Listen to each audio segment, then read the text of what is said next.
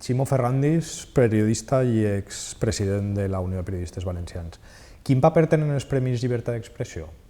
Els Premis Llibertat d'Expressió es crearen en la Unió de Periodistes per a reconèixer persones o entitats que tenien problemes o estaven perseguits per fer escoltar la seva veu.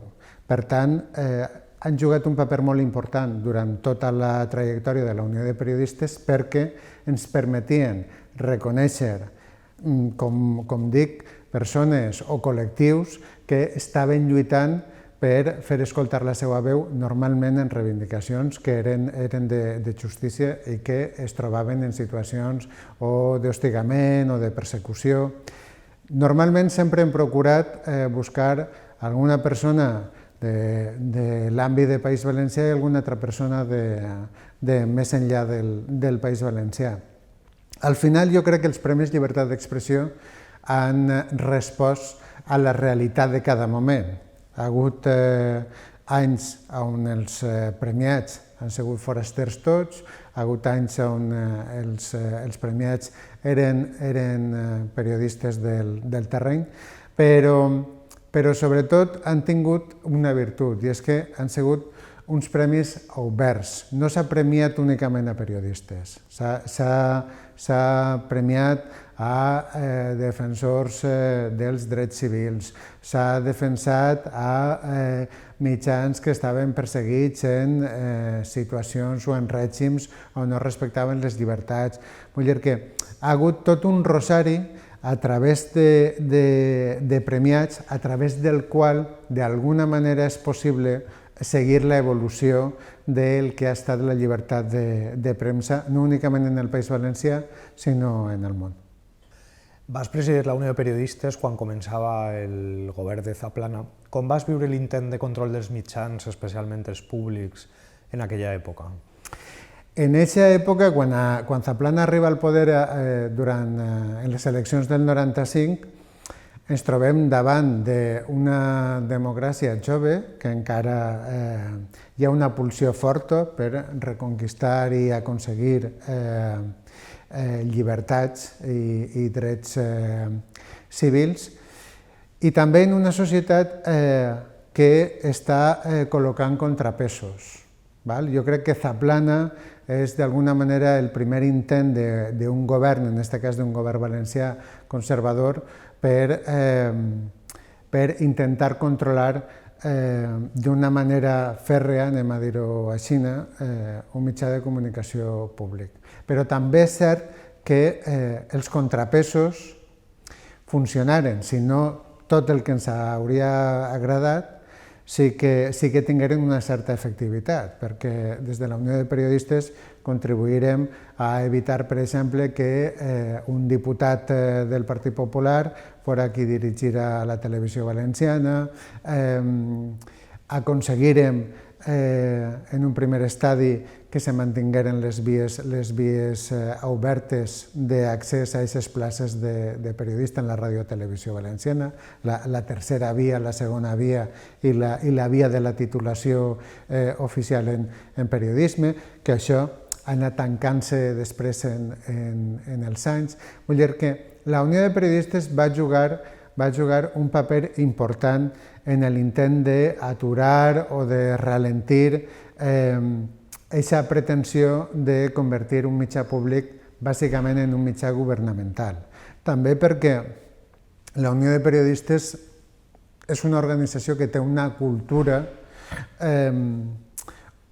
on està acostumada a resistir. Era una organització que no depenia de subvencions, que feia els pronunciaments que considerava en cada moment i que una cosa molt important també és que tenia el suport de la professió viva. Vull dir que els periodistes que estaven en actiu se sentien representats per la Unió de Periodistes. Hi ha un altre component també de la Unió, que és la producció de llibres d'estil, al voltant, per exemple, del tractament informatiu de la violència de gènere, estudis sobre l'estat de la professió. Què creus que aporta esta vessant de la Unió de Periodistes? Bueno, és una vessant important perquè perquè en definitiva no deixa de ser, per una banda, un toc d'atenció, perquè quan la Unió ha impulsat aquest tipus d'iniciatives és perquè ha detectat que en l'ecosistema comunicatiu hi ha un mal ús, hi ha una desviació, hi ha unes perspectives que no són compatibles en el respecte als drets de les persones. I després perquè moltes voltes també hi ha una certa desinformació. Vull dir que hi ha aspectes de la professió periodística que han estat regulats al llarg del temps de diferents maneres i de vegades fa falta parar i dir, bueno, qui pot captar imatges d'un personatge que té interès informatiu, en quins espais, on es pot fer això, en quines hores, vull dir, o com hi ha que tractar els drets del menor, que la infantesa és un col·lectiu de per si que necessita que el defensem les persones adultes. Anem a veure com podem treballar, com podem elaborar, com podem preparar una sèrie de documents que, per una banda, són una pauta per als companys i les companyes de professió, que poden tindre una guia davant un dubte, però per altra banda també és una espècie de toc d'atenció de dir, ojo, esta guia la traiem perquè està detectant-se que en els mitjans de comunicació hi ha un mal ús o no s'està respectant aquest dret o seria millorable si ho farem d'una altra manera. Has viscut una època de certa estabilitat en les condicions als mitjans i el final d'aquest període amb expedients de regulació d'ocupació, precarització, etc. Com creus que afecta la precarietat a la llibertat d'expressió i a la qualitat dels mitjans avui en dia? La precarietat afecta la professió d'una manera capital. Primer, perquè els periodistes i les periodistes necessiten un sou digne per a poder fer la seva tasca professional. No hi ha ningú que des de la precarietat pugui treballar en condicions. Val per a tots els gremis, però per al treball periodístic encara molt més, perquè és un treball intel·lectual, d'anàlisi, d'estar en els llocs on se produeix l'aconteixement, i després també afecta les empreses periodístiques, perquè les empreses periodístiques necessiten tindre una estructura financera adequadament sanejada per a no dependre massa dels vaivens o de les decisions dels grans poders fàctics. I això jo crec que és una qüestió que ara, en època de crisi i de canvi de paradigma mediàtic, encara es nota més. Els mitjans de comunicació han patit, des del meu entendre, tres grans crisis. Una és la crisi econòmica, quan va esclatar la bombolla immobiliària i es va desplomar el mercat publicitari. Una altra és la crisi tecnològica, que la digitalització ha portat molts avantatges, però també alguns inconvenients molt importants, i és que el sistema tradicional de les empreses clàssiques, diaris, emissores de ràdio, aquesta estructura ha quedat obsoleta i per tant ha hagut que començar a retallar-la, com ha passat en pràcticament els mitjans de tot el món, i jo afegiria també una tercera crisi de tipus ideològic que ha sigut la recentralització d'Espanya.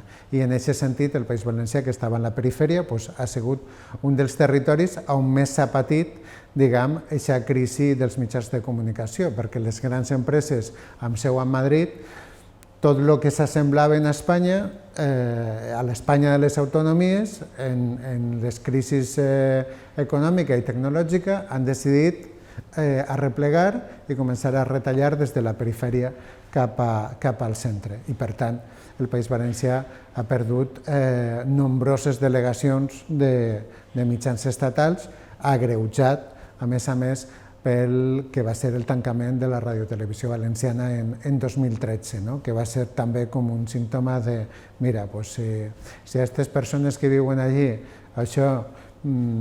poden viure sense un mitjà públic valencià que parli d'ells, la resta de mitjans ja acudirem quan ens sembla, no fa falta tindre finestres obertes. Per tant, la precarietat, d'alguna manera, no deixa de ser el càncer de la professió periodística. Hi hauria que recuperar-ho, estem en una fase de reconversió del sector de la comunicació. Afortunadament estan apareguent nous mitjans de comunicació, en aquest cas la digitalització si permet la irrupció de nous actors i esperem, confiem que els nous models de negoci que s'estan implantant en les empreses periodístiques puguen ampliar, per una banda, el que és la viabilitat econòmica dels mitjans i, per altra, dignificar el jornal que guanyen els periodistes, no? Perquè tot això redundarà en una major independència.